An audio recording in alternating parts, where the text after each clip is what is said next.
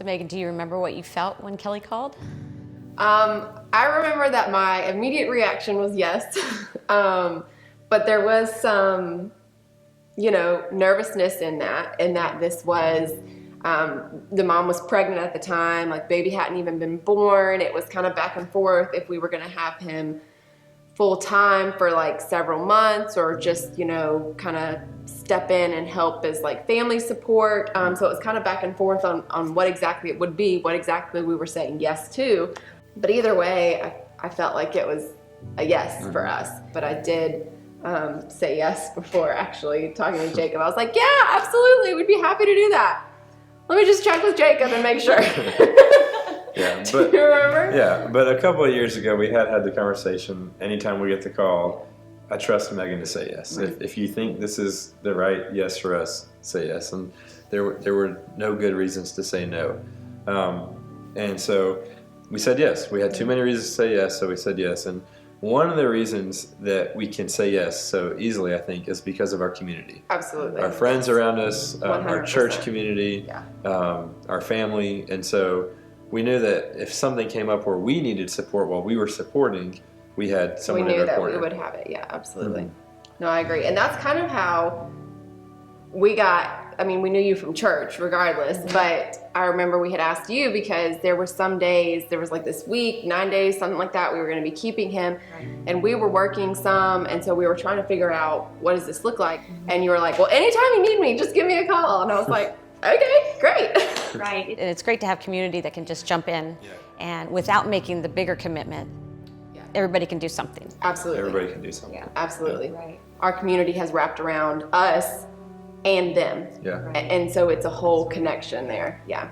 So you said yes to us to be on call, and then you said another yes. You had a bigger yes after that, right?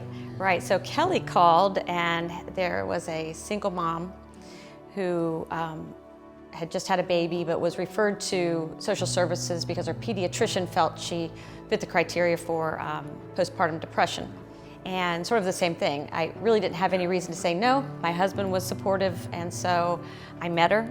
She had a lot on her and really just needed a friend. As we got more comfortable with each other, then I would take him for a short time away from her so she could have a break. But the other thing was friends also came around me. So I had a friend, Laurel, my friend Shauna. They both said, let us know. Laurel did meet her and also took the baby for a day when I was doing something else. And yeah, it's great to see your community come around to help this one person. But just knowing that someone is behind you in your corner makes a world of difference. Absolutely. Knowing if you need help, you can ask someone. Right. Yeah. Right. I think one way this experience has really impacted me is just having a whole lot more empathy. I don't think I'm naturally an empathetic person, but the more you experience in life, the more you can empathize with that new experience. And I think that we've been able to fall into more of a friend type of situation.